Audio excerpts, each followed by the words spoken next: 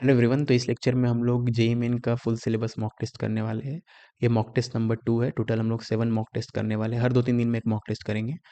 तो इस इन mock test की खास बात क्या है कि ये सभी के सभी जो क्वेश्चंस होंगे इन मॉक टेस्ट में, सब के सब किसी न किसी प्रीवियस ईयर क्वेश्चन का मॉडिफाइड वर्जन होगा। ठीक है। तो इससे आपको जो जेईई मेन का एग्जैक्ट पैटर्न है उस पर बेस्ड ये मॉक टेस्ट पूरा का पूरा बेस्ड है, क्योंकि प्रीवियस ईयर क्वेश्चन को ही मॉडिफाई करके ये सब क्वेश्चंस तैयार किए गए हैं। ठीक है। तो अगर आपको क्वेश्चन ट्राई करना है तो डिस्क्रिप्शन में जाओ, आपको डायरेक्ट पीडीएफ का लिंक मिल जाएगा, उसको डाउनलोड करो, पेपर को ट्राई करो, 1 घंटे का समय लो, 25 क्वेश्चन ट्राई करो और उसके बाद सॉल्यूशन के लिए वीडियो देखो। ठीक है। तो चलो स्टार्ट करते हैं। क्वेश्चन नंबर 1 में, the density of material in SI unit is 96 in a certain system in which the unit of length is 25 centimetre and the unit of mass is 50 gram, the numerical value. तो basically ये चीज़ जो value है ये कौन सा numerical value लेगा किसी दूसरे सिस्टम ऑफ यूनिट में, जिसके बारे में यहाँ पे डिस्क्रिप्शन दे दिया है। ठीक है, जिसका डिस्क्रिप्शन यहाँ पे अवेलेबल है ना।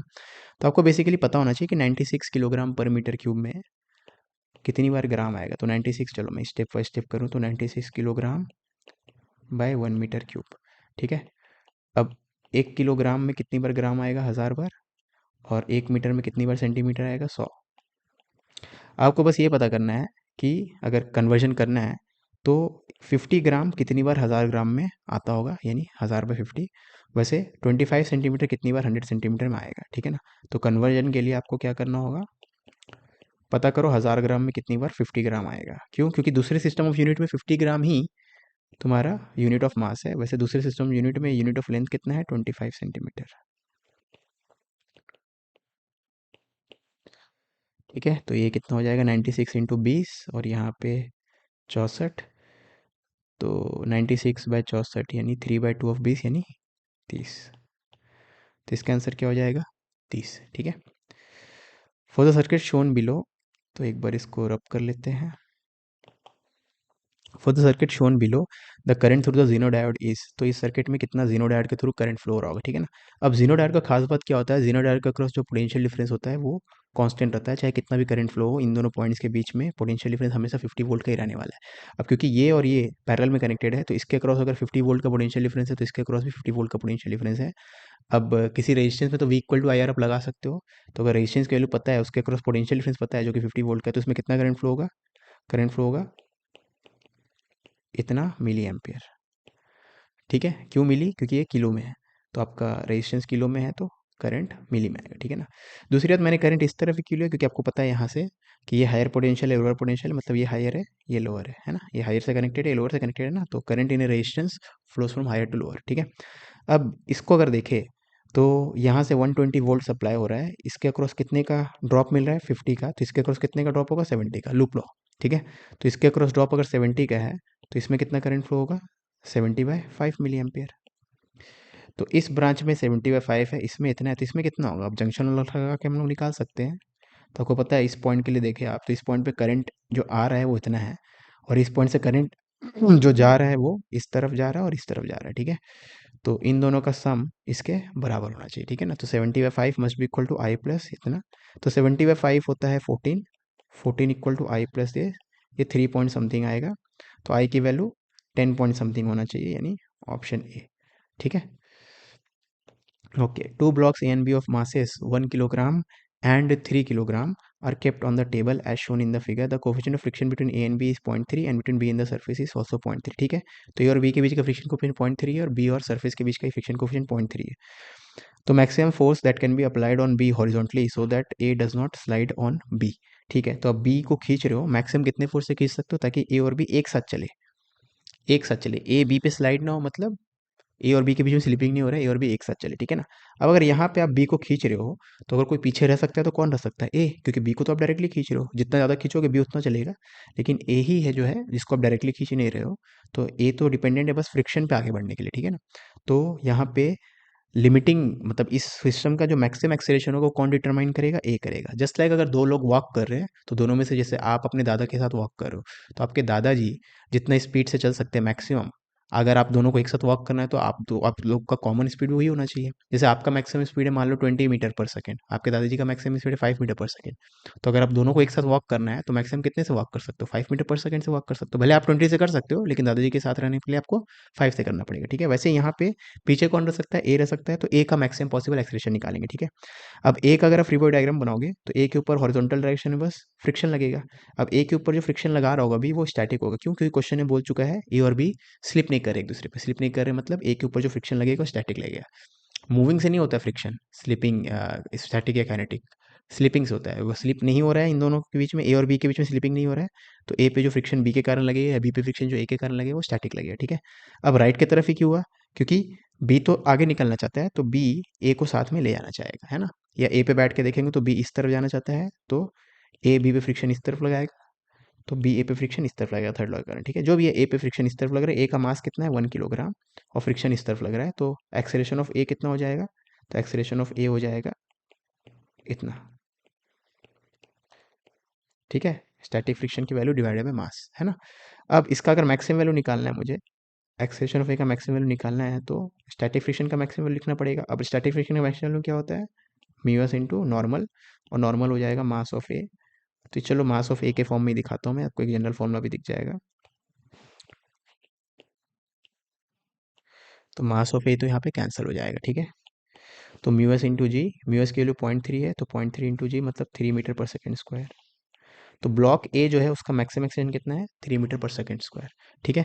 तो इस सिस्टम को अगर एक साथ चलना है, मतलब ए और बी को अगर एक साथ चलना है, तो इस सिस्टम का मैक्सिमम एक्सटेंशन कितना होगा? 3 मीटर पर सेकेंड स्क्वायर, ठीक है। याद रखना नीचे वाला तो 3 से ज़्यादा से चल सकता है, लेकिन अगर आप चाहते हो ए और बी एक साथ चले तो मैक्सिमम ये पूरा चीज़ 3 से ही चलेगा, ठीक है। ओके, अब इसके ऊपर अगर फोर्सेस ड्रॉ करें, इसका फ्री बॉडी डायग्राम ड्रॉ करें, तो इसके ऊपर क्या क्या लगेगा? राइट की तरफ तो आप एफ लगा रहे हो, लेफ्ट की तरफ टेबल के कारण फ्रिक्शन। अब टेबल जो फ्रिक्शन लगाएगा वो काइनेटिक लगाएगा।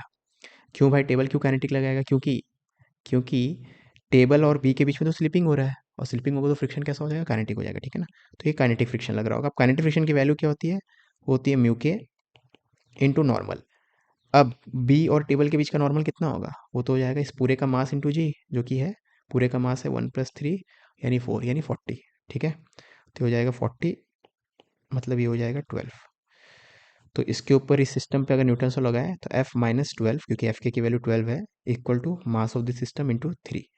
अब इनके बीच का फ्रिक्शन जो है, ए और बी के बीच का फ्रिक्शन, वो इंटरनल फ्रिक्शन हो गया, इसलिए इस सिस्टम को जब लेंगे तब नहीं लिखेंगे। आपको लिखना भी है तो देखो, बी ए पे इस तरफ लगाएगा स्टैटिक फ्रिक्शन, ए बी पे इस तरफ लगाएगा, तो कैंसल आउट हो जाएगा, तो ठीक है।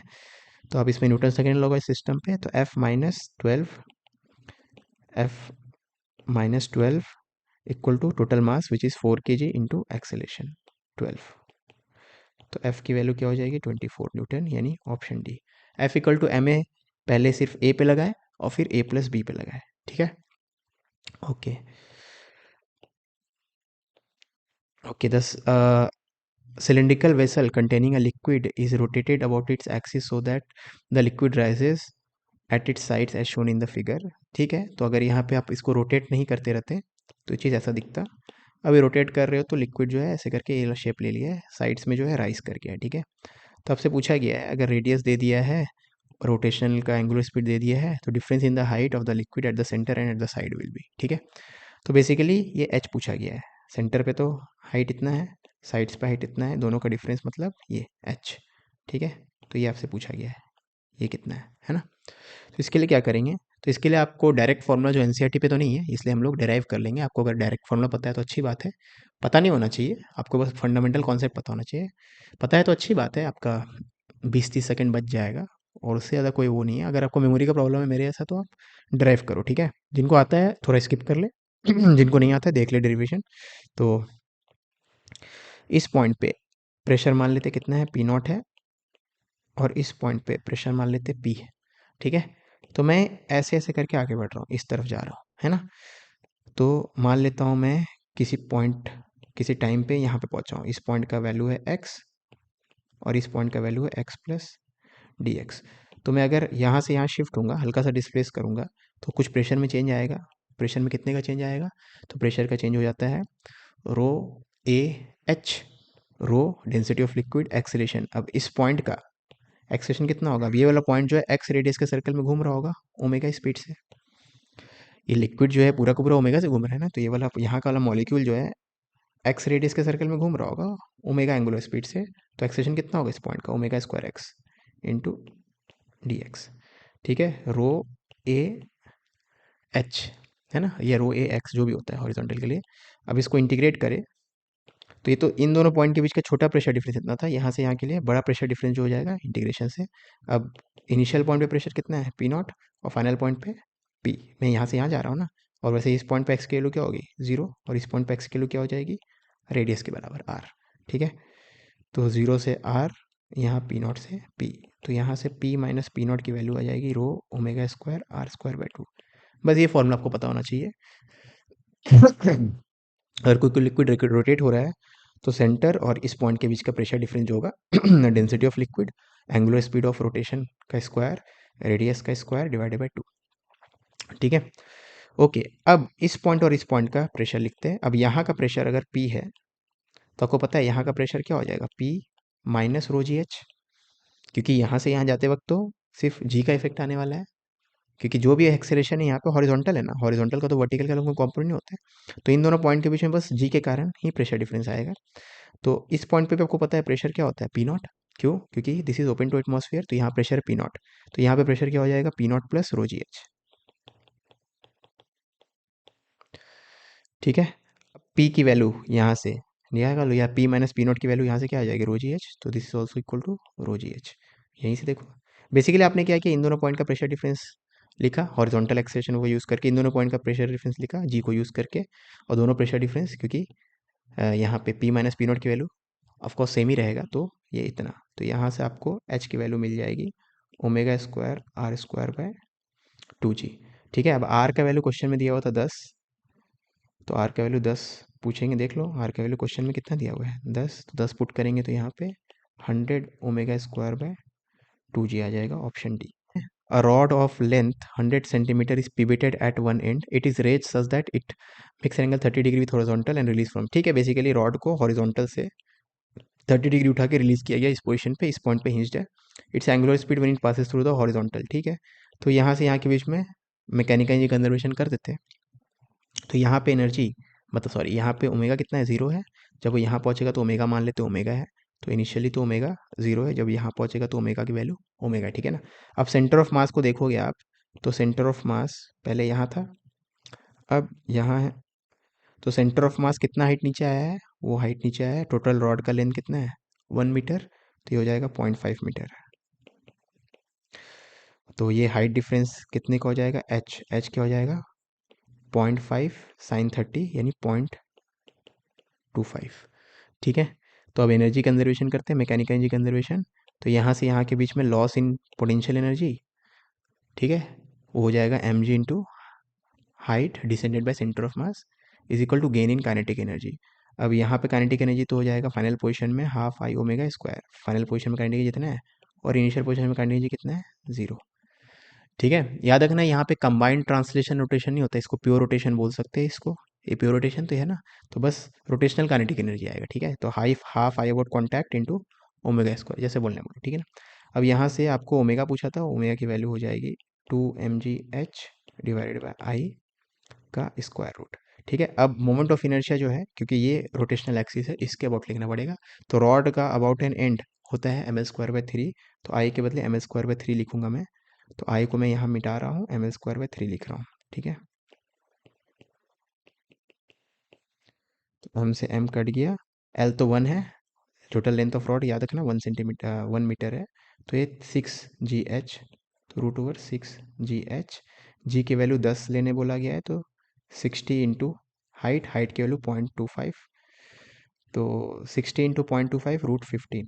ठीक है, हाँ तो रूट 15 मतलब ऑप्शन बी। ठीक है, two satellites A and B have masses m and 2m respectively. A is in a circular orbit of radius r, B is in a circular orbit of radius 3r around earth. ठीक है, the ratio of their kinetic energy, अब kinetic energy का circular orbit के radius के साथ क्या relation वो पता होना चाहिए, तो आपको ये पता होना चाहिए काइनेटिक एनर्जी होता है वो होता है G M m by twice of radius of orbit. ठीक है, ये काइनेटिक एनर्जी का एक्सप्रेशन है। ओके, अब यहाँ पे याद रखना इसमें ये जो है ये दोनों के लिए सेम है। क्यों? क्योंकि ये मास ऑफ अर्थ है, तो दोनों सैटेलाइट अर्थ के अराउंड घूम रहा है, तो मास ऑफ प्लैनेट तो दोनों के लिए सेम लेंगे। ये तो कांस्टेंट है, ये कांस्टेंट है, तो ये mass of satellite divided by r. ठीक है, तो GMM/2 आर में एक होता है मास ऑफ प्लैनेट, एक होता है मास ऑफ सैटेलाइट। अब दोनों ही सैटेलाइट सेम प्लैनेट के अराउंड घूम रहे हैं, तो ये वाला चीज़ तो दोनों के लिए जब आप रेशियो लोगे तो ये वाला चीज़ तो कैंसल आउट हो जाएगा। तो क्या रेलिवेंट फैक्टर है यहाँ पे? Mass by radius of orbit. ठीक है, तो mass by radius of orbit, तो kinetic energy of satellite A divided by kinetic energy of satellite B. तो mass of satellite A divided by mass of B, तो mass of A है इतना, mass of B इतना। Radius तो inversely proportional है, तो radius का उल्टा लेंगे, तो यहाँ पे ऊपर में रेडियस ऑफ बी लिखेंगे, तो रेडियस ऑफ बी 3r है, रेडियस ऑफ ए r है, तो हो जाएगा 3/2। तो काइनेटिक एनर्जी का ratio 3:2। Two steel wires having same length and suspended from ceiling under the same load, if the ratio of their energy stored per unit volume is 1/16, तो ratio of their diameter। ठीक है, तो energy stored पर unit volume का value दे दिया है ratio का।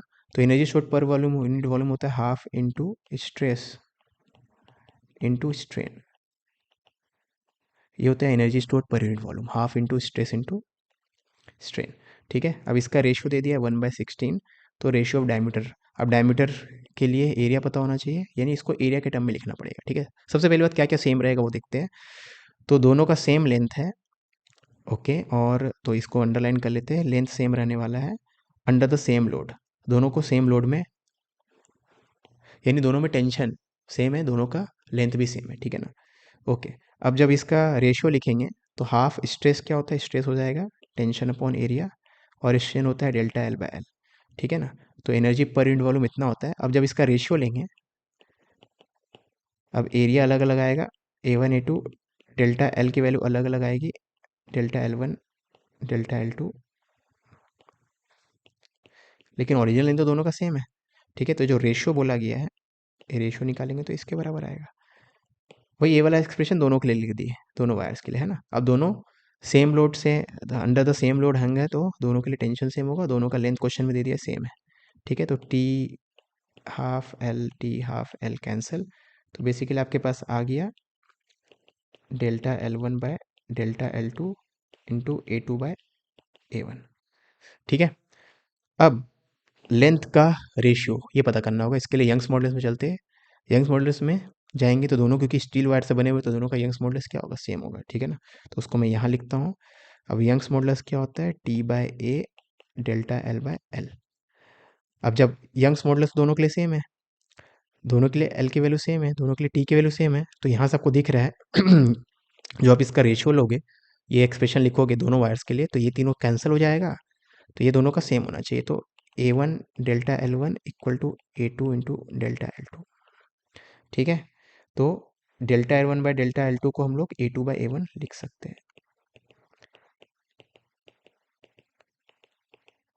ठीक है, तो इसके बदले मैंने ये लिख दिया, है ना।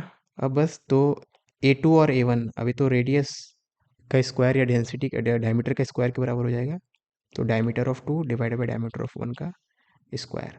अब ये वैल्यू आपको दे दिया गया है 1/16, ये जो रेशियो दिया हुआ था, ये रेशियो टोटल किसके बराबर था? 1/16 के बराबर। तो डायमीटर का रेशियो हो जाएगा 1/4, तो D1/D2 क्या हो जाएगा? 4:1। ठीक है, रेशियो ऑफ द डायमीटर, मैं कुछ गलती किया हूँ, अरे सॉरी सॉरी सॉरी, पावर 4 आएगा ना यहाँ पे।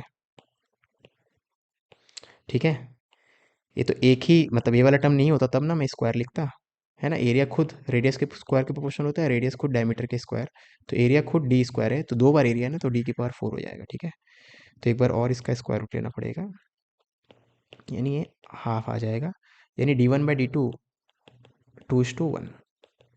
ठीक है, कुछ बोला नहीं ऑर्डर, मतलब D1/D2 ही पूछा होगा, तो 2:1 यानी ऑप्शन सी हो जाएगा। ठीक है,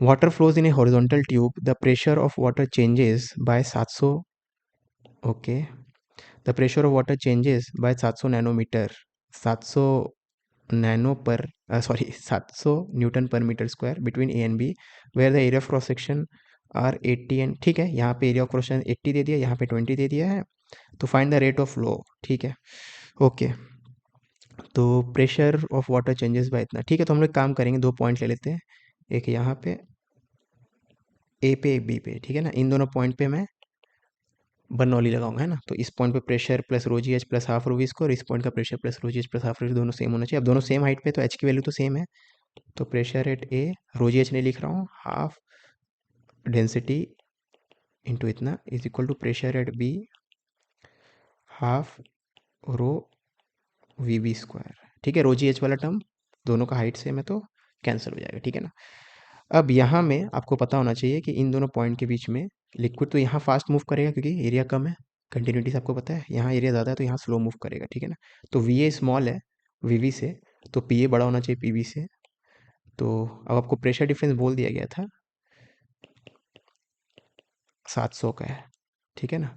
तो P A must be equal to, क्योंकि पी ए बड़ा है पी वी से, तो पी वी प्लस समथिंग, या तो ये पी ए प्लस 700 होगा या तो ये पी वी प्लस 700 होगा। इसी को क्यों लिख रहा हूँ, क्योंकि पी ए ज़्यादा होना चाहिए पी वी से, है ना। क्योंकि ये वाला अगर ज़्यादा होगा तब ना ये कम होगा, तो वी ए कम चाहिए हमें, ठीक है ना।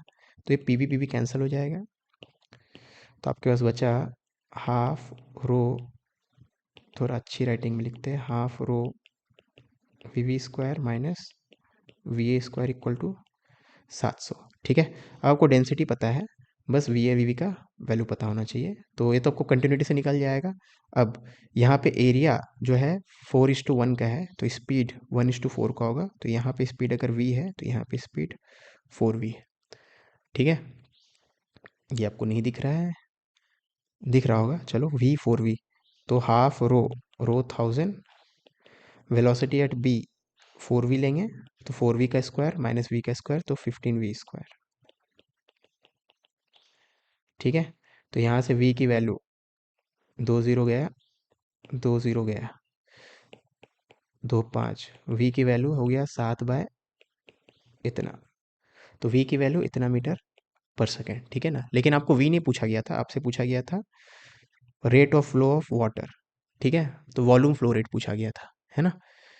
ओके, अब यहाँ पे ये मत सोचना कि इसको हम लोग यूनिट में कन्वर्ट क्यों नहीं किए, मीटर क्यों हर्ट्ज में है, तो क्योंकि ये रेशियो ले रहा था ना मैं 4:1, तो चाहे सेंटीमीटर स्क्वायर में या मीटर स्क्वायर में फर्क नहीं पड़ेगा, ठीक है ना। तो हमें वी मिल गया है, अब ए इंटू वी लिखना पड़ेगा। वॉल्यूम फ्लो रेट क्या होता है, D V by D T, volume flow rate मतलब rate of change of rate of D volume by D T, ठीक है।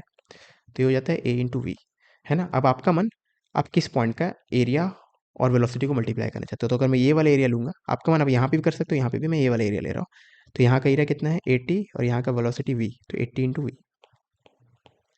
ठीक है। अब थोड़ा ध्यान दो, ये 80 सेंटीमीटर में है और ये v मीटर में है, तो इसको सेंटीमीटर में कन्वर्ट करना है तो 100 से मल्टीप्लाई कर दो, ठीक है। अब ये पूरा का पूरा सेंटीमीटर में हो गया, तो 80 इंटू वी इतना सेंटीमीटर क्यूब पर सेकेंड, ठीक है। तो 80 इंटू 7/25, है ना। तो 80 इंटू 7/75, यार ये तो हम्म ये तो इतना बड़ा नंबर नहीं आएगा, 80 centimetre cube square into 100, okay 100 में मल्टीप्लाई नहीं किया ना, यहाँ 100 भी है, ठीक है। ये 100 तो मैं यहाँ लिखा ही नहीं, हाँ, क्योंकि आंसर इतना बड़ा बड़ा है ना। तो चलो इसको कैलकुलेट करते हैं, तो 7/75 का स्क्वायर रूट इंटू 80, तो 2444, तो ये अराउंड अप्रॉक्सीमेटली 2444 के आसपास आ रहा है, तो 2400 के आसपास एक ही ऑप्शन है, तो ऑप्शन डी, ठीक है। हो सकता है कैलकुलेशन थोड़ा आगे पीछे हो गया हो। पॉइंट यहाँ पे क्या था, आपको वी निकालना है, या तो यहाँ का वी पता करो या तो यहाँ का वी पता करो, ठीक है। एक बार वी पता चल जाएगा, ए इंटू वी करेंगे, चाहे यहाँ का ए इंटू वी करो या तो यहाँ का ए इंटू वी करो, रिजल्ट सेम आएगा, ठीक है ना। क्वेश्चन नंबर 9 में यहाँ पे बोला गया है कि ice at -20 is added to water, 100 gram of water at 40 degree Celsius, when the temperature of the mixture reaches 0 degree Celsius, it is found that 20 gram of ice is eliminated, ठीक है। तो मान लेते हैं आपने m gram ice at -20 use किया था, ठीक है। अब इसको कंबाइन कर दिया 100 ग्राम पानी के साथ, जिसका टेम्परेचर है इनिशियली 40, ठीक है ना। अब ये जो m ग्राम आइस है और ये जो 100 ग्राम पानी है, ये दोनों मिले, फाइनल टेम्परेचर तो 0 पहुंच गया, तो इसको भी फाइनली 0 पहुंचवाना है आपको, इसको ही फाइनली 0 पहुंचवाना है, ठीक है। अब लेकिन ये जब ज़ीरो पहुंचा तो इसमें 20 ग्राम ऑफ आइस जो अनमेल्टेड था, है ना, 20 ग्राम ऑफ आइस जो है अनमेल्टेड था। तो कितना मेल्ट हुआ, m-20। तो m-20 ग्राम पानी और 20 ग्राम आइस। ठीक है ना, इतना आइस बचा हुआ है, इतना पानी बचा हुआ है, और ये तो पूरा का पूरा 100 ग्राम वाटर ही है ऑफ कोर्स। ठीक है, अब इसमें अगर हीट ये Q1 लगा होगा, इसमें Q2 लगा होगा, मतलब इसको तो हीट मिला होगा, तो इसको अगर हीट मिला होगा Q1 ताकि ये यहाँ पहुँच जाए, और इसको अगर इसने हीट खोया होगा, तो इसने हीट कितना खोया, Q2। तो heat gained equal to heat lost, तो Q1 इक्वल टू Q2 करना है हमें। ठीक है, अब Q1 इक्वल टू Q2 करते हैं यहाँ पे। ओके, अब Q1 की वैल्यू अगर निकाले तो इसमें देखो इतना ग्राम पानी बना है ना। तो पहले तो हम लोग क्या करेंगे, -20 से टेम्परेचर बढ़ा के 0 तक ले जाएंगे। तो m ग्राम आइस का टेम्परेचर -20 से बढ़ के 0 हुआ है, तो 1 ग्राम का टेम्परेचर 1 डिग्री सेल्सियस से बढ़ाने के लिए 2.1 का ज़रूरत पड़ता है।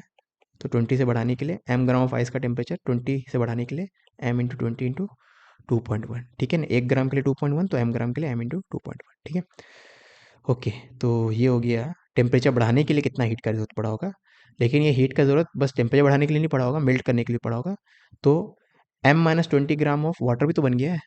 ठीक है ना, तो m-20 ग्राम यानी आइस मेल्ट हुआ होगा, तो m-20 ग्राम ऑफ आइस को मेल्ट करने के लिए कितना हीट चाहिए होगा। अब 1 ग्राम ऑफ आइस को मेल्ट करने के लिए 334 चाहिए, तो हो जाएगा 334। ठीक है। ओके, तो चलो पूरा ही देख लो ना। तो ये हो गया Q1 की वैल्यू। अब ये बराबर होनी चाहिए Q2 की वैल्यू। Q2 की वैल्यू क्या हो जाएगी, वो तो सिंपल है, खाली टेम्परेचर चेंज करना है, ms डेल्टा टी लगा दो। तो m ऑफ वाटर इतना है, s ऑफ वाटर 4.2 दिया हुआ है, into fall in temperature of water 40 से 0 का फॉल है, मतलब 40। ठीक है, इन दोनों को इक्वेट कर दो, m आ जाएगा, है ना। तो इसको कैलकुलेट करूं मैं, तो 21 दूनी 42, 42m प्लस 334m माइनस 0, 4 दूनी 8, 6 इक्वल टू 4 दूनी 8, 4 चौके 16। ठीक है, तो 4 2 6, 4 3 7 इक्वल टू 16800 प्लस 6680। ठीक है, तो ये हो जाएगा 80, 8 6 14, 16 6 22 1 23 डिवाइडेड बाई 376। तो m की वैल्यू 23,480 23,480 डिवाइडेड बाई 376, जो कि 62.44 ग्राम। ठीक है, तो 62 वाला ऑप्शन एक था ना, हाँ, ये आंसर हो जाएगा। ठीक है, okay, moving on. Next question, question number 10 में आपको बोला गया है an ideal gas is enclosed in a cylinder at pressure of 2 atm and temperature 100 Kelvin. The mean time between two successive collisions is itna. If the pressure is increased to 8 times and the temperature is increased to 6400 Kelvin, the mean time between two successive collisions will be। ठीक है, okay. तो पहले mean time of collision जो है ना, उसका expression लिखते हैं। तो मीन टाइम ऑफ कोलिजन का एक्सप्रेशन होता है 1/√2 pi diameter square into NV, number of molecules per unit volume, into average speed. ठीक है, तो मैं इसको वी लिख रहा हूँ सिंपली, है ना, वी फॉर स्पीड। ठीक है, ओके। अब टेम्परेचर चेंज करने से डायमीटर ऑफ मॉलिक्यूल तो चेंज नहीं होगा, तो ये पूरा चीज़ कांस्टेंट रहने वाला है। अब number of molecules per unit volume, ये number of molecules per unit volume n by capital V है, तो इसको मैं मिटा के n बाय कैपिटल वी यहीं पर चलो लिख देते हैं। तो ये चीज़ को मैं लिखूंगा n बाय कैपिटल वी। ठीक है, ये स्मॉल वी है, ये वाला चीज़ स्मॉल वी है, कैपिटल वी है ना। तो बेसिकली प्रोपोर्शनल आया volume divide by number of molecules into speed. ठीक है, ओके। अब जो नंबर ऑफ मॉलिक्यूल्स है वो तो नंबर ऑफ मोल्स के प्रोपोर्शनल होगा, तो इसके बदले में नंबर ऑफ मोल्स भी लिख सकता हूँ। तो या डायरेक्टली मैं यहीं पे दिखाता हूँ, number of molecules proportional to number of moles. ठीक है, तो यहाँ पे मैं नंबर ऑफ मोल्स लिख देता हूँ, है ना। अब नंबर ऑफ मोल्स क्या होता है, नंबर ऑफ मोल्स होता है PV/RT। ठीक है, तो नंबर ऑफ मोल्स के बदले PV/RT, या number of moles by volume के बदले आप P/RT। तो ये वॉल्यूम को अगर नीचे लेते हो यहाँ पे, ये वॉल्यूम को अगर नीचे लेते हैं, ठीक है, और नम N/V के बदले P/RT लिखो, तो ये proportional to R T by P V. ठीक है, अब आर तो कांस्टेंट है, तो temperature by pressure into speed, है ना। अब स्पीड खुद होता है, जो भी है स्पीड होता है रूट टी के प्रोपोर्शनल। ठीक है, तो स्पीड खुद रूट टी के प्रोपोर्शनल है, तो स्पीड के बदले में रूट टू अगर लिखूँ यहाँ पे, तो ये रूट टी कैंसिल होके रूट टी बचेगा। ठीक है ना। तो बेसिकली आपका जो इस क्वेश्चन के लिए रिलेवेंट क्या है एक चीज़, कि जो आपका ये है क्या बोलते हैं, average time between two successive, मतलब टू सक्सेसिव कोलिजन के बीच का जो एवरेज टाइम है, रिलैक्सेशन टाइम, ये क्या है, square root of temperature divided by pressure. ठीक है, ओके। तो बस ये करना है। अब टेम्परेचर कितने गुना चेंज हो रहा है, टेम्परेचर देखो 100 केल्विन से बढ़ के 6400 हो गया, मतलब 64 गुना बढ़ गया। तो टेम्परेचर अगर 64 गुना बढ़ जाएगा तो स्क्वायर रूट ऑफ टेम्परेचर 8 गुना बढ़ जाएगा, तो ये 8 टाइम्स फैक्टर आया ऊपर में, है ना। प्रेशर की बात करें तो प्रेशर जो है 8 टाइम्स बढ़ाया गया है, तो प्रेशर खुद 8 टाइम्स बढ़ाया गया है। ठीक है, तो 8/8 मतलब 1, यानी ये अनचेंज रहेगा, तो जितना पहले था उतना बाद में रहेगा। आपको लग रहा है बहुत डिफिकल्ट हो गया, तो फिर से एक लाइन में देख लो।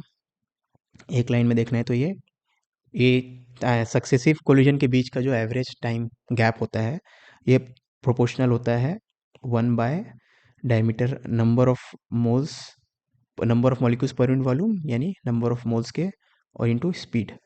अब एन जो होगा ये है आपका, sorry, number of molecules per unit volume N by V. ठीक है, अब number of molecules per unit volume को आप P V equal to N R T से देख लो।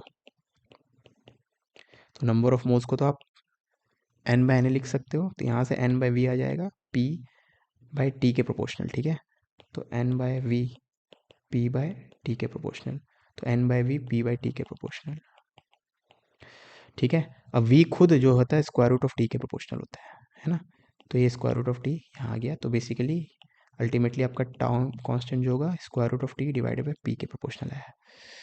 ठीक है, अब टेम्परेचर जो है 100 से 6400 हो गया, मतलब 64 टाइम्स बढ़ा है, तो स्क्वायर रूट ऑफ 64 टाइम्स ये वाला फैक्टर बढ़ गया है। और प्रेशर जो है खुद वो 8 टाइम्स बढ़ा है, तो प्रेशर 8 गुना बढ़ गया है।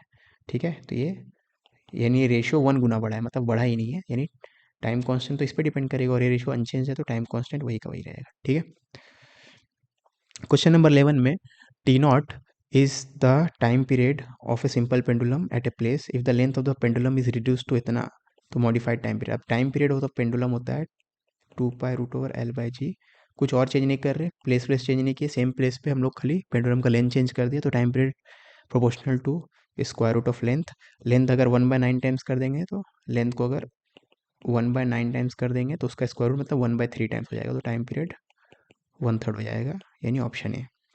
A capacitor C1 of 1 microfarad is charged by potential of 60 volt by connecting to a battery B through switch S। ठीक है, तो इसको फुल्ली चार्ज कर दिया, इसके साथ ये सर्किट ऑन रखे हम लोग, ये अभी ऑफ है, देखो डॉटेड है ना। No C1 is disconnected and connected to the circuit. ठीक है, तो बेसिकली इसको पहले चार्ज किया 60 वोल्ट के बैटरी से, उसके बाद बैटरी को रिमूव कर दिए और इससे कनेक्ट कर दिया ऐसे, है ना। मतलब ये वाला सर्किट को भूल जाओ, पहले ये वाला ऑन था, बाद में ये फुल्ली चार्ज होने के बाद इसको ऑन कर दिए। ठीक है, और दोनों कैपेसिटर का रेशियो दे दिया, वैल्यू दे दिया है। तो find the sum of final charges on C2 C3, मतलब इस सिस्टम पे फाइनल चार्ज पूछा गया। ठीक है, अब C2 का वैल्यू है 3, इसका 6 है, तो ये 3 है, ये 6 है ना। तो एक काम करते, इंक चेंज करते, ये 3 है, ये 6 है, और ये कितना था, ये था 1। ठीक है, अब 1 माइक्रोफैराड में अगर इतना पोटेंशियल डिफरेंस अप्लाई करें, ये दिख क्यों नहीं रहा है, ओके दिख रहा है वहाँ पे। ठीक है, तो इसमें कितना चार्ज आ जाएगा, तो इसमें चार्ज आएगा 60 का। ठीक है, इसमें कितने का चार्ज आ जाएगा, 60 का, है ना। तो उसको फिर कनेक्ट करेंगे इन दोनों के साथ। अब इसका इक्विवेलेंट कितना आ जाएगा, 6×3 = 18 और 6×3 = 9, मतलब 2 का, तो इसका इक्विवेलेंट 2 है, इसका 1 है। तो इनिशियली देखो, इनिशियली इसमें 60 का चार्ज है ना, या इसके अक्रॉस कितना वोल्ट है, 60 वोल्ट है। ठीक है, जो भी है, इसको कनेक्ट कर दिए इसके साथ, ये तो अनचार्ज है, इसमें 0 0 चार्ज है ना। तो फाइनल चार्ज आपसे पूछा गया है, मान लेते फाइनल चार्ज कितना है, Q है। तो फाइनल चार्ज ये 60 इनिशियल है, तो ये इनिशियल स्टेट है, इसमें 0, इसमें 60। ठीक है, तो फाइनली इसमें 60 माइनस Q हो जाएगा, इसमें Q हो जाएगा, है ना।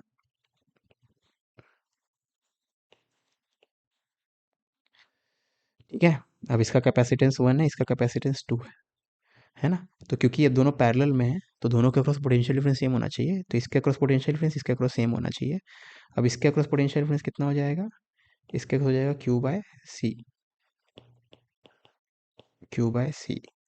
और इसके अक्रॉस हो जाएगा, इसका क्यू है इतना, इसका सी है इतना, क्यू बाय टू। तो हो जाएगा 120 minus two Q equal to Q, तो क्यू की वैल्यू 40। तो आंसर क्या हो जाएगा 40। यही तो पूछा था आपसे कि इस पे कितना है। ठीक है, अब आप इसको एक इसका दूसरा इंटरप्रिटेशन भी ले सकते हो, सम ऑफ फाइनल चार्जेस मतलब इसका चार्ज प्लस इसका चार्ज। अब इसका इक्विवेलेंट में 40 आया है तो इंडिविजुअल में भी 40 आएगा। तो आप सोचोगे 40 प्लस 40 80, 80 वाला ऑप्शन यहाँ पे है नहीं, तो मैं 40 चूज़ कर रहा हूँ। ठीक है, चाहे वो वाला इंटरप्रिटेशन भी आप लो तब भी यहाँ 80 तो है ही नहीं ना, तो 40 चूज़ करेंगे। ठीक है, ओके। क्वेश्चन नंबर 13 में आपको बोला गया है for the circuit shown with R1 R2, ठीक है, सबका वैल्यू दे दिया, potential difference between the points A and B. तो अगर आपको नहीं दिख रहा तो ए ये है, बी है, इन दोनों पॉइंट के बीच का पोटेंशियल डिफरेंस पूछा है। ठीक है ना, तो इस सर्किट को मैं रीड्रॉ करता हूँ। अगर आप थोड़ा ध्यान से देखो, ये पूरा चीज़ में दोनों आर मिल के इक्वेलेंट आर हो जाएगा, क्योंकि सीरीज़ में है ये तीनों चीज़ जो है, ये सीरीज़ में है ना, ये सीरीज़ में है। ठीक है ना, तो ये R1 मिल के 2R1 हो जाएगा, तो E1 2R1 के साथ है, तो E1 के साथ है 2R1। कहीं भी ड्रॉ करो क्योंकि सीरीज़ में तो फ़र्क नहीं पड़ेगा।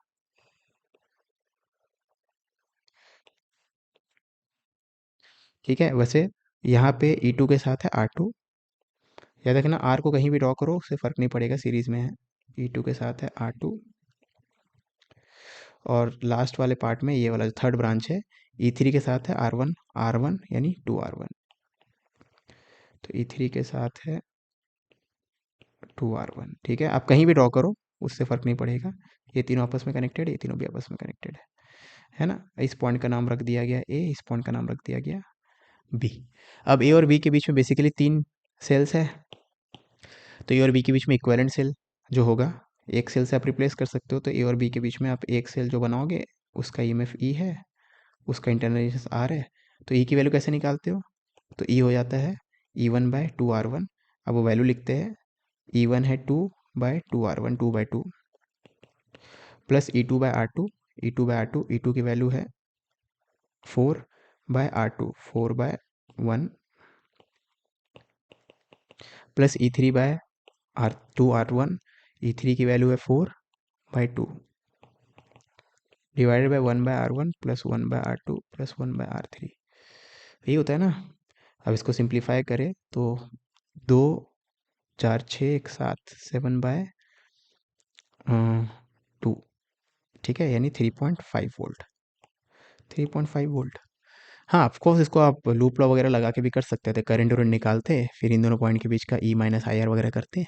ठीक है, वो से भी कर सकते थे, मैंने इक्विवेलेंट बैटरी वाले इक्विवेलेंट ईएमएफ वाले कॉन्सेप्ट से किया है इसको। ठीक है, तो जो भी इन दोनों पॉइंट के बीच में आएगा, इक्विवेलेंट सेल जो है इसमें तो कोई करंट फ्लो नहीं हो सकता क्योंकि अकेला सेल है ना।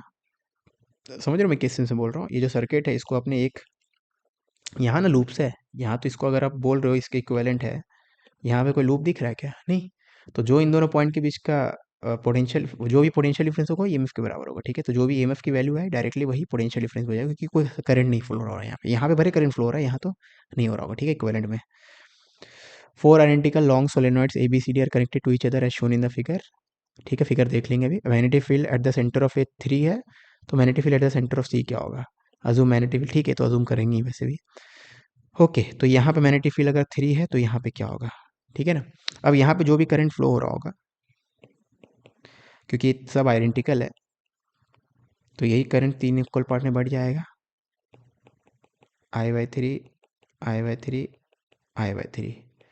तो इस सोलेनॉइड में करंट I फ्लो हो रहा है, तब यहाँ मैग्नेटिक फील्ड जो है 3 है, तो मैग्नेटिक फील्ड 1/3 करंट पे 1/3 होगा, क्योंकि मैग्नेटिक फील्ड इनसाइड सोलेनॉइड क्या होता है, μ0 Ni।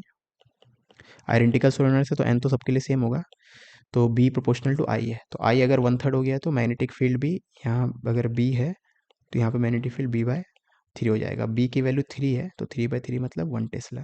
तो आंसर क्या हो जाएगा, 1 टेस्ला। देख लो, मैग्नेटिक फील्ड 3 टेस्ला था, तो करंट अगर 1/3 कर देंगे तो मैग्नेटिक फील्ड भी 1/3 हो जाएगा। ठीक है, क्वेश्चन नंबर 15 में आपको बोला गया है एंगुलर फ्रीक्वेंसी सर्किट का दे दिया है, ओमेगा दे दिया है, component connected is shown in the figure, find the inductance of the coil and the capacity of the condenser. ठीक है, तो एल और सी की वैल्यू पूछेगी, एल की वैल्यू क्या है, सी की वैल्यू क्या है। ठीक है, अब यहाँ पे चलो ये जो रेजिस्टेंस है ये 60 ओम का है, इसके अक्रॉस पोटेंशियल डिफरेंस 15 वोल्ट का है, तो इसमें कितना करंट फ्लो रहा होगा, 60/15।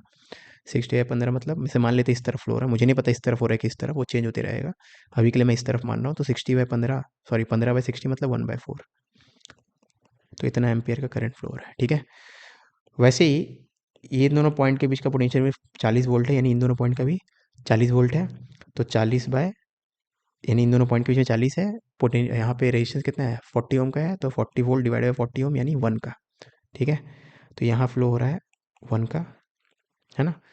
अब यहाँ देखते हैं यहाँ कितना फ्लो हो रहा होगा, इसमें देखते हैं कितना फ्लो हो रहा होगा, तो अभी इस पॉइंट पे जंक्शन लगा देंगे, तो इस पॉइंट पे अगर 1 जा रहा है, यहाँ से 1/4 आ रहा है, तो यहाँ से 3/4 आया होगा। ठीक है ना, तो इस पॉइंट पे जंक्शन लगा दिया मैंने ये।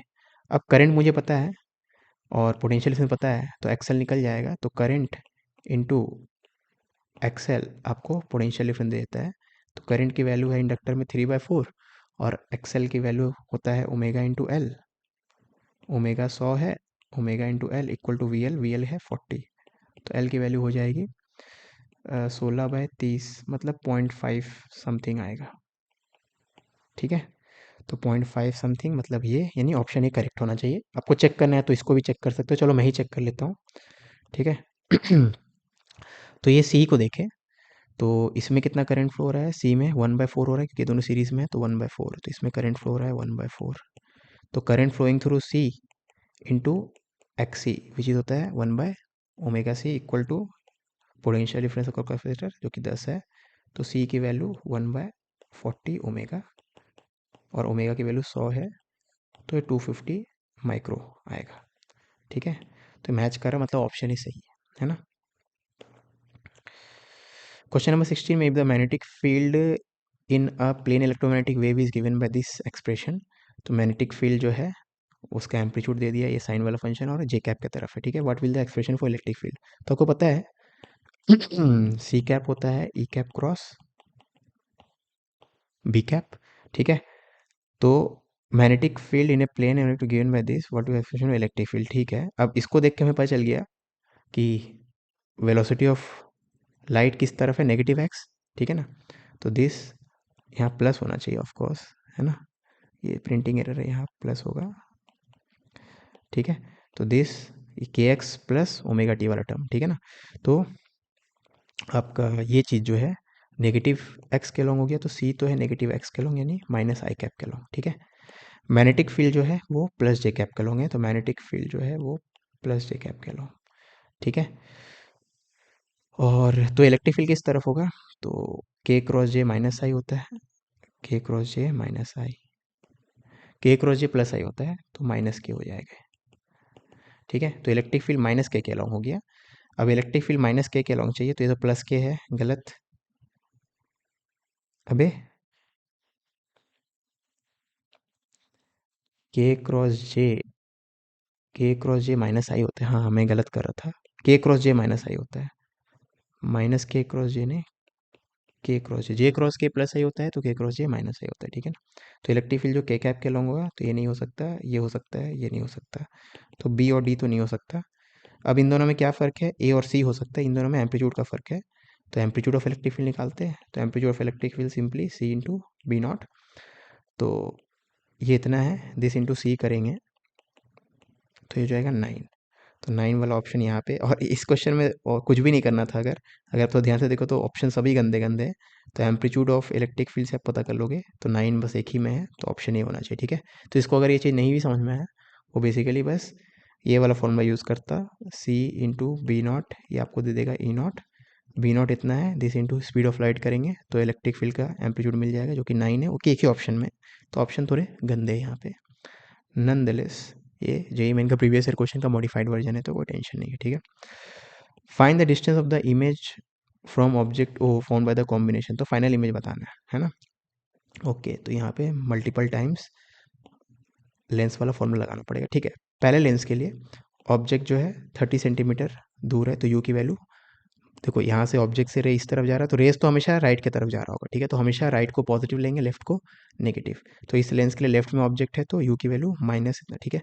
तो पहले 1/v minus 1/u equal to 1/f होता है, तो v की value U F by you plus F, ये वाला फॉर्मूला बार बार यूज़ करना है, U F by you plus F. तो फर्स्ट क्वेश्चन में यू की वैल्यू -30, फर्स्ट क्वेश्चन मतलब फर्स्ट लेंस के लिए यू की वैल्यू लेफ्ट साइड में -30 इंटू फोकल लेंथ +10, तो U F by you plus F. तो फर्स्ट क्वेश्चन से जो इमेज का लोकेशन हो रहा है वो 15 सेंटीमीटर आ रहा है, यानी पॉजिटिव साइड में 15 सेंटीमीटर, मतलब +15 है, मतलब लेंस के राइट साइड 15, ठीक है। तो ये 5 है, तो यहाँ इमेज बन रहा है फर्स्ट वाला, है ना। अब सेकेंड लेंस के लिए ये ऑब्जेक्ट है, अब ऑब्जेक्ट किधर में है, +10 पे है, तो सेकेंड लेंस के लिए अगर फॉर्मूला लगाए, ऑब्जेक्ट की वैल्यू यू की वैल्यू +10 इंटू सेकेंड लेंस का फोकल लेंथ है -10 divide by you plus F, हो जाएगा इन्फिनिटी, ठीक है। तो लेंस सेकेंड लेंस ये सॉरी सेकेंड लेंस के बाद इमेज कहाँ पे बन रहा है, इन्फिनिटी बन रहा है, तो ऑब्जेक्ट यहाँ पे था, सेकेंड लेंस के लिए इमेज तो बना इन्फिनिटी पे, ठीक है।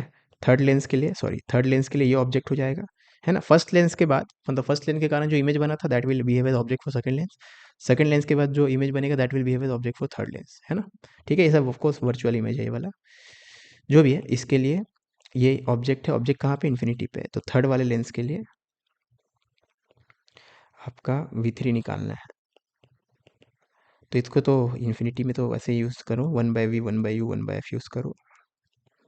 थर्ड वाले का फोकल लेंथ है 20, तो 1/v 1/u 1/f, तो v की वैल्यू क्या आ जाएगी 20, ठीक है ना। तो थर्ड वाले लेंस के लिए इमेज जो बनेगा 20 पे बनेगा, तो ये फाइनल इमेज यहाँ से +20 पे बना, ठीक है, क्योंकि +20 आया है ना। तो ओरिजिनल ऑब्जेक्ट और फाइनल इमेज के बीच का डिस्टेंस कितना हो गया, 30 + 5 35, 10 45 2 65, यानी 65, ऑप्शन हो जाएगा 65, ठीक है। From the given data the amount of energy required to break the nucleus of this is इतना जूल, ओके।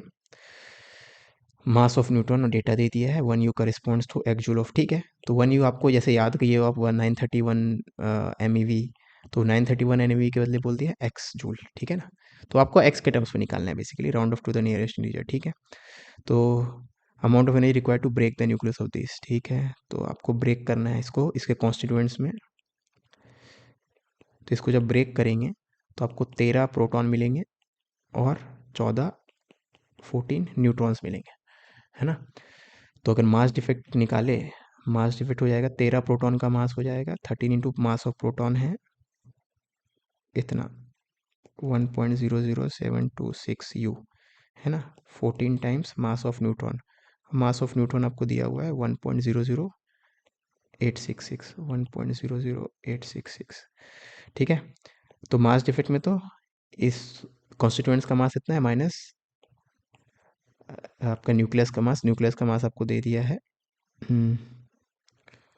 27 पॉइंट इतना 27.18846, ठीक है। अब इसको कैलकुलेट करते हैं मैं कैलकुलेटर से, 13 इंटू 1.00726 प्लस 14 इंटू 1.00866 माइनस 27.18846, तो 0.027 ऐसा कुछ आया, ठीक है। तो मास डिफेक्ट आपका आ गया 0 पॉइंट इतना, है ना। अब 1 U बराबर है, आपको बोल दिया गया क्वेश्चन में 1 U corresponds to x joule, तो आपका आंसर भी हो जाएगा। इसको अगर एनर्जी में कन्वर्ट करेंगे तो 0.02716 x हो जाएगा, ठीक है ना। तो 0.02716 x जूल, एक U के बदले आप 1 x जूल लिख सकते हो, क्वेश्चन ने बोल दिया, ठीक है ना। बस हो तो गया। अब आपको बोला गया था कि एनर्जी जो है इसका बाइंडिंग एनर्जी का वैल्यू कितना था, x इंटू 10⁻³ तो ये चीज़ जो है x इंटू 10⁻³ के बराबर है, तो x x cancel, sorry sorry sorry sorry, हाँ ये x इंटू इसके बराबर नहीं था, ये हाउ मच था, हाउ मच एक्स, ठीक है, तो कितना फैक्टर आ रहा है। ओके, तो ये पहले एक्स जूल में कन्वर्ट करो, तो 0.02716 एक्स जूल, ठीक है। तो इसको 7.16 लिखेंगे। एक कितना आया था आंसर? ओके, 27 के फॉर्म में लिखे अगर, तो 27 इंटू 10⁻³ ना एक्स जूल, ठीक है। तो वो उस सेंस से पूछा था ये लोग कि यहाँ पे कितना आएगा, है ना। मैं इसको गलत रीड किया। 10⁻³ एक्स जूल का कोफिशिएंट क्या आएगा, तो ऑलमोस्ट 27 आएगा ना, 27.16 आ रहा, तो अप्रोक्सीमेटली 27 नियरेस्ट इंटीजर पूछा था। क्वेश्चन नंबर 19 में if the de Broglie wavelength of an electron is equal to 10⁻³ times the wavelength of a photon, तो वेवलेंथ ऑफ इलेक्ट्रॉन दे दिया है 10⁻³ times wavelength of photon.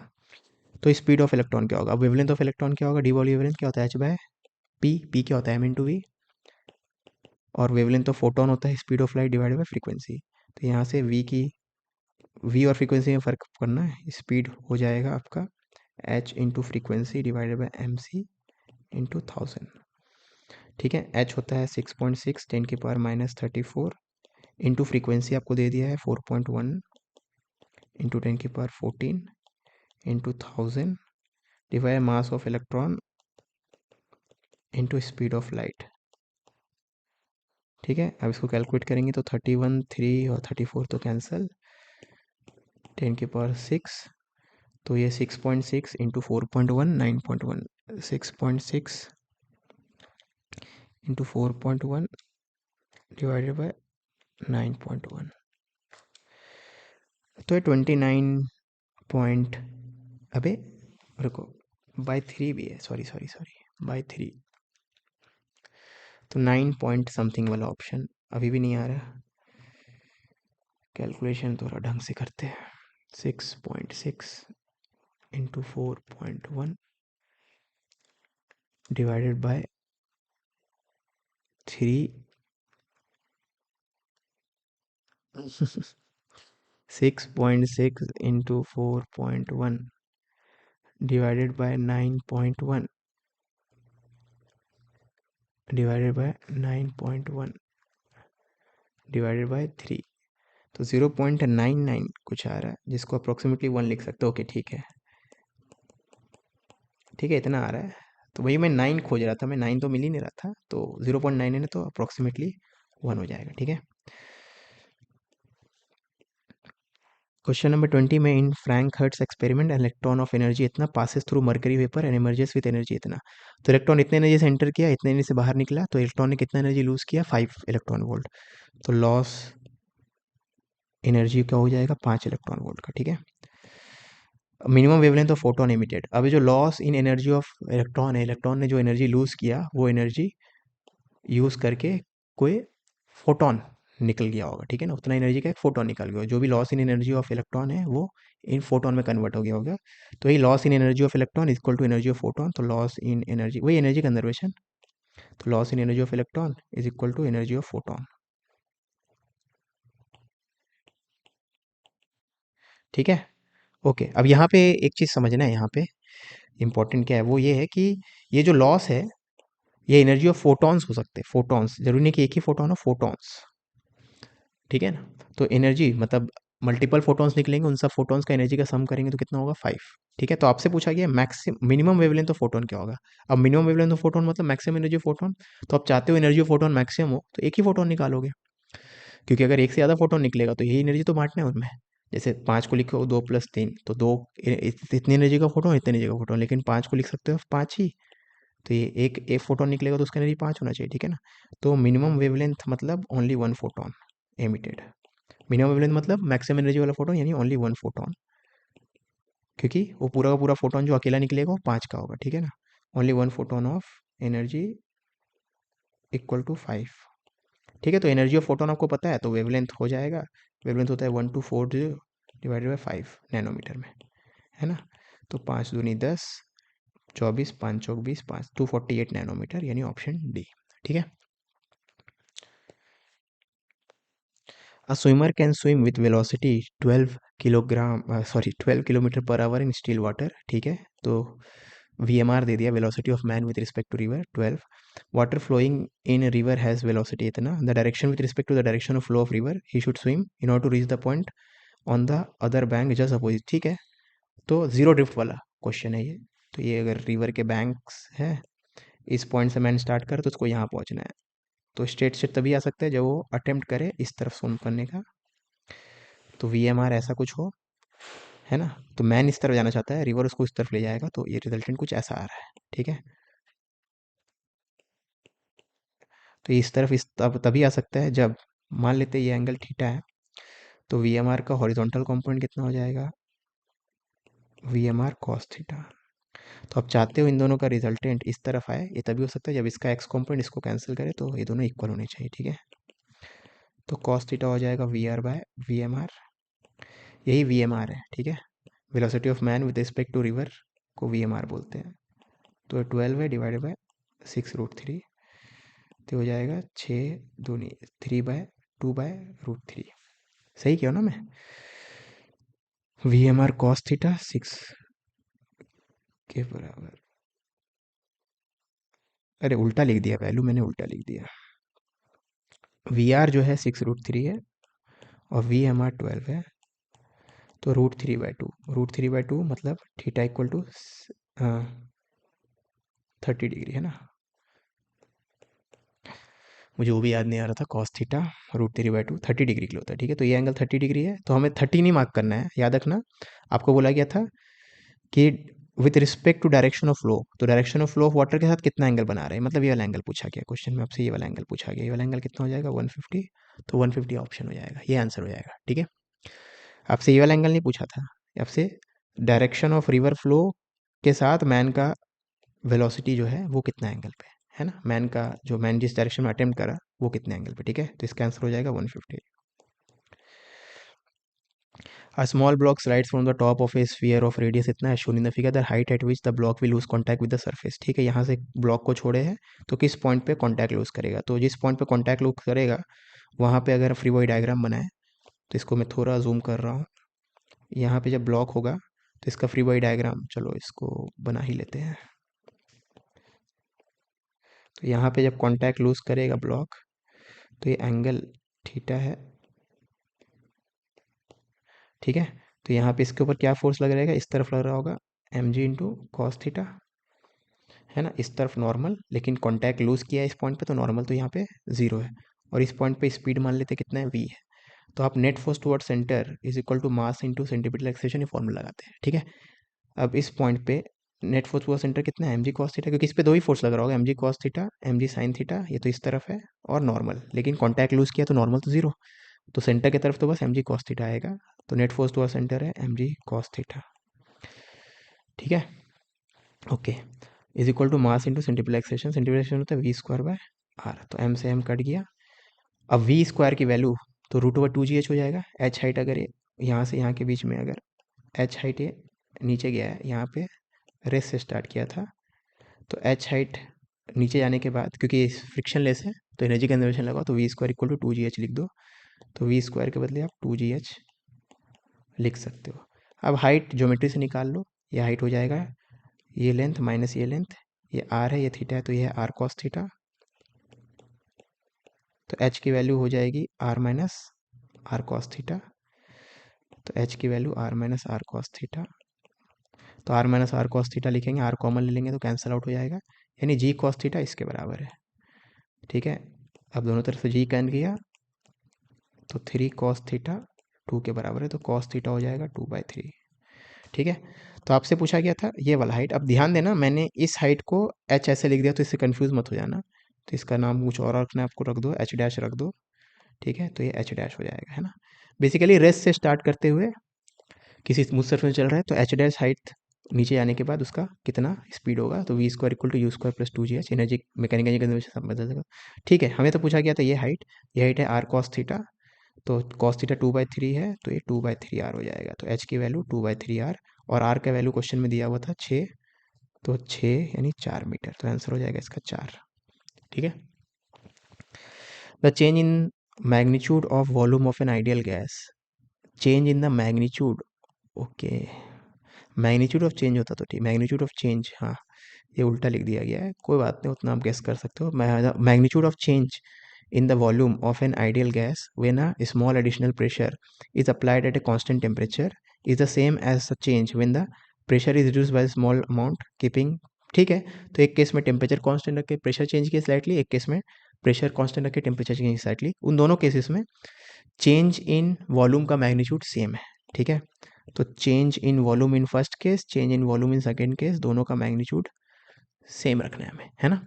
Okay, अब जो चेंज इन वॉल्यूम होता है P V equal to N R T से देखते हैं चेंज इन वॉल्यूम का एक्सप्रेशन क्या आएगा अलग अलग केस में। ठीक है, तो फर्स्ट केस में क्या रखना, कांस्टेंट टेम्परेचर है, टेम्परेचर कांस्टेंट है, तो अगर ये कांस्टेंट है नंबर ऑफ मोल्स तो कांस्टेंट ही रहेगा, तो इन दोनों इक्वेशन मतलब इक्वेशन के दोनों तरफ डेल्टा ले, तो इसका तो डेल्टा जीरो है क्योंकि ये तीनों ही कांस्टेंट है, इसका डेल्टा जीरो, तो इसका डेल्टा हो जाएगा P D V plus V D P. ठीक है, equal to delta of other side zero, delta of this इतना, है ना। तो यहाँ से डी वी, इसको डी वी वन बोल रहा हूँ मैं। ठीक है, तो यहाँ से डी वी वन की वैल्यू आ गया minus P D P by P. ठीक है, सेकेंड केस में हम लोग फिर से इस इक्वेशन का डेल्टा लगाएंगे। सेकेंड केस में प्रेशर कांस्टेंट है, तो प्रेशर कांस्टेंट है, देखो बेसिकली देखो क्या करना है आपको, अभी भी समझ में नहीं आया, तो इस इक्वेशन का दोनों तरफ डेल्टा लगाओ, तो D of this equal to D of this. ठीक है, अब डी ऑफ दिस हो जाएगा P D V plus V D P, general form लिख रहा हूँ मैं पूरा, ये इक्वेशन जो हम लिखा हर केस में ट्रू है। अब इसको मैं फर्स्ट केस में लगाऊंगा, फर्स्ट केस में याद रखना डी टी जीरो है, तो फर्स्ट केस में टेम्परेचर चेंज नहीं हुआ है, देखो फर्स्ट केस में टेम्परेचर कांस्टेंट रखे हम लोग। ठीक है, तो डी टी जीरो है, that will imply P D V, first case का वॉल्यूम का चेंज को मैं डी वी वन लिख रहा हूँ, V D P equal to zero. Second case में डी पी जीरो है, सेकेंड केस में कांस्टेंट प्रेशर है, मतलब डी पी जीरो है, तो इस इक्वेशन में अगर आप डी पी को जीरो कर दोगे तो P D V equal to N R D T. ठीक है, ओके, तो ये आ गया आपके पास। तो आपसे बोला गया है अगर इनिशियल टेम्परेचर और प्रेशर दिया हुआ है और अगर डी टी इक्वल टू इतना है तो ठीक है, इसका रेशियो ले लेते हैं।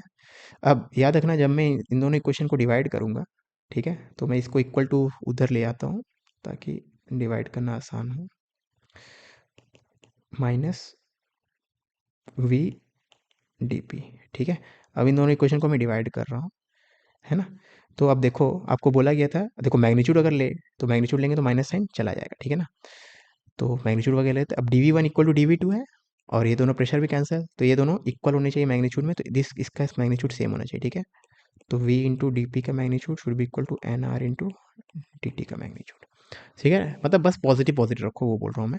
अब आपको बोला गया है डी पी इंटू सी डेल टी टी के बराबर है, ठीक है, वो तो बाद में कर लेंगे, अब वैल्यू लिखते हैं ना, वैल्यू लिखते हैं।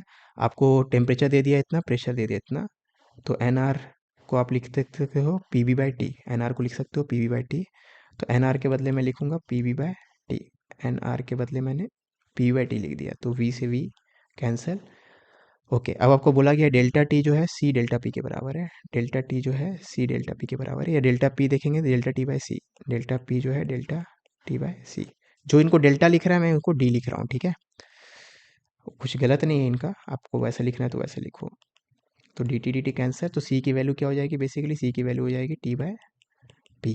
अब टेम्परेचर इतना है, पी इतना है, तो टी बाय पी करेंगे तो 60। ठीक है, तो ये बस फिजिक्स का क्वेश्चन कम था, मैथ्स का क्वेश्चन ज़्यादा था, बस पी फिजिक्स वाला पार्ट था P V equal to N R T, बाकी आपको इक्वेशन का डेल्टा लेने आता है कि नहीं वो था। ठीक है, a 5 meter long organ pipe is kept in a gas that has double the density of air at STP। Okay, density double है, assume the speed of sound in air at STP इतना, तो frequency difference between the fundamental and the second harmonic. ठीक है, तो fundamental open organ pipe है, तो fundamental frequency और second fundamental इतना होगा, तो सेकंड हार्मोनिक तो इतना होगा, इन दोनों का डिफरेंस कितने का है, कितना, मतलब बेसिकली आपको एफ नॉट पता करना है, तो इस क्वेश्चन में आपको एफ नॉट पता करना है। ठीक है, अब एफ नॉट क्या होता है, एफ नॉट होता है speed of sound divided by twice of length. अब लेंथ का वैल्यू आपको दे दिया है 5 मीटर है, तो ये सी बाय 10, तो आपको स्पीड ऑफ साउंड पता करना है बेसिकली। ठीक है ना, तो स्पीड ऑफ साउंड आपको अब इस गैस में कितना वो पता करना है, क्योंकि ये जो ऑर्गन पाइप है इसके अंदर गैस है ना। अब एयर में आपको दे दिया है स्पीड ऑफ साउंड इतना है, तो गैस में पता करना है, आपको डेंसिटी डबल दे दिया है एयर की। ठीक है ना, तो स्पीड ऑफ साउंड डेंसिटी पे कैसे डिपेंड करता है वो निकाल लेते हैं। तो स्पीड ऑफ साउंड होता है gamma R T bye molar mass, ठीक है। ओके, अब डेंसिटी डबल कर दिया है, टेम्परेचर सेम है। हम्म, तो मोलर मास को डबल करना पड़ेगा तभी डेंसिटी डबल होगा, ठीक है। हर चीज़ तो सेम है, तो अगर आप P V equal to N R T से देखो तो दोनों केस में देखो एस टी पी बोला गया है स्टैंडर्ड टेम्परेचर, तो टेम्परेचर की वैल्यू दोनों केस में सेम है और प्रेशर की वैल्यू भी दोनों केस में सेम है, तो volume proportional to number of moles, ठीक है ना। तो ये तो दोनों केस में सेम है, आर तो सेम रहेगा आर यूनिवर्स, तो V proportional to number of moles है। अब आपका यहाँ पे डबल डेंसिटी है, तो नंबर मतलब सेम वॉल्यूम में and number of moles double होने चाहिए। तो सेम वॉल्यूम में नंबर ऑफ मोल्स डबल तभी हो सकते हैं जब मोलर मास आपका आधा हो, ठीक है। सही बोल रहा हूँ मैं, कैलकुलेट कर लेते हैं ना इसको, वॉल्यूम डेंसिटी में कन्वर्ट कर लेते हैं ना। तो नंबर ऑफ मोल्स होता है आपका मास बाय, चलो इसको लिख देता हूँ मैं, तो P V equal to N R T, number of moles होता है मास बाय मोलर मास, ठीक है। अब P M not equal to rho R T, हाँ आपको डायरेक्टली फॉर्मूला याद हो तो अच्छी बात है, मुझे याद नहीं रहता जैसे मैं डिराइव किया। तो P pressure into molar mass equal to rho R T, ठीक है ना। अब दोनों केस में देखो, अब कंपेयर करो दोनों केस में, एक एयर वाला केस एक गैस वाला केस है ना। दोनों केस में प्रेशर सेम है, टेम्परेचर सेम है, क्योंकि दोनों एस टी पी पे है, ठीक है। तो प्रेशर और टेम्परेचर सेम है, आर तो सेम रहेगा ही, तो density proportional to molar mass, ठीक है। Density proportional to molar mass है, तो सेट डेंसिटी अगर डबल कर दिया तो मोलर मास डबल कर दियोगे, है ना। तो डेंसिटी यहाँ पे डबल है मतलब मोलर मास डबल है, ठीक है। Density proportional to molar mass. अब यहाँ पे जो गैस है, देखो गैस का डेंसिटी डबल है मतलब मोलर मास डबल है, ठीक है ना। तो जो स्पीड ऑफ साउंड होता है gamma R T by M. अब इसमें एक और प्रॉब्लम है, गामा की वैल्यू हमें, गामा का रेशियो नहीं दिया गया है ना इन दोनों केस के लिए, गामा का रेशियो नहीं दिया है। हम लोग तो मोलर मास का रेशियो निकाल लिए क्योंकि डेंसिटी के बारे में दे दिया था, गामा के बारे में नहीं दिया गया है। तो अज्यूमिंग गामा सेम है दोनों केस में, अदरवाइज क्वेश्चन सॉल्व नहीं कर पाएंगे, फिर इनसफिशिएंट इन्फॉर्मेशन हो जाएगा। तो अज्यूमिंग गामा सेम है दोनों केस में, टेम्परेचर तो सेम है ही, गामा के बारे में कुछ दिया नहीं गया तो इसलिए मैं गामा को सेम मान रहा हूँ, नहीं तो क्वेश्चन अनसॉल्वेबल हो जाएगा। तो सी की वैल्यू इन्वर्सली प्रोपोर्शनल टू इतना, ठीक है ना। तो speed of sound in gas divided by speed of sound in air, molar mass in air molar mass of gas, molar mass of air molar mass of gas. अब density के proportional आया था ये, तो density of air by density of gas, तो 1/√2, ठीक है।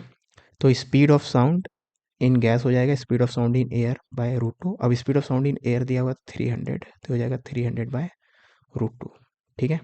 तो सी की वैल्यू 300/√2 यानी 30/√2, ठीक है। अब ये न्यूमेरिकल आता तो अच्छा लगता मुझे, लेकिन कोई बात नहीं, हो सकता है मेरा कैलकुलेशन एरर हो। 1.414, तो 21.21 आया, ठीक है। तो इसका अगर मैं इसको राउंड ऑफ करूँ नियरेस्ट इंटीजर में तो ये 21 हो जाएगा, ठीक है ना।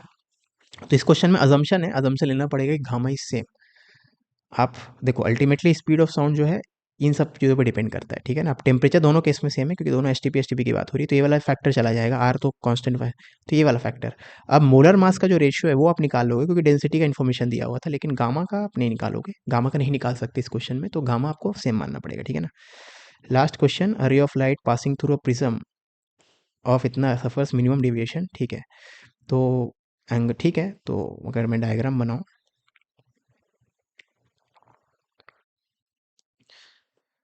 तो मिनिमम डेविएशन की बात हो रही है, तो मिनिमम डेविएशन आपको पता है ये दोनों एंगल सेम होता है, और एंगल ऑफ इंसिडेंस इस क्वेश्चन में दे दिया double of angle of reflection, angle of incidence double of angle of reflection, ठीक है। और इसका म्यू 1 है, इसका म्यू √3 है, तो यहाँ पे इसने से लगाओ, तो इसने से लगाएंगे 1 × sin 2r equal to √3 × sin r। मैंने फर्स्ट वाले पॉइंट के लिए मतलब फर्स्ट रिफ्रैक्शन के लिए इसने से लगा दिया, तो इस mu of air into sine I equal to mu of this prism into sine R, ठीक है। तो ये तो हो जाएगा 2 sin r cos r equal to √3 sin r cancel, तो cos r हो गया √3/2, मतलब r की वैल्यू 30 डिग्री। तो आपसे क्या पूछा गया था, एंगल ऑफ प्रिज्म। अब एंगल ऑफ प्रिज्म होता है R1 + R2 ना, हाँ R1 + R2 तो 2r मतलब 60 डिग्री। ठीक है, तो आंसर हो जाएगा 60। तो होप आपको लेक्चर अच्छा लगा होगा। जो भी चीज़ नहीं समझ में आई कमेंट में पूछना। कहीं मैंने कैलकुलेशन मिस्टेक दे दिया हो कर दिया होगा तो कमेंट में बताना। कहीं भी कोई डाउट हो कमेंट में पूछना। कहीं कोई कैलकुलेशन एरर कर दिया हो तो कमेंट में बताना, ठीक है, ताकि मैं उसको पिन करके बाकी लोग को बता सकूँ। चलो मिलते हैं नेक्स्ट मॉक टेस्ट में। Until then bye.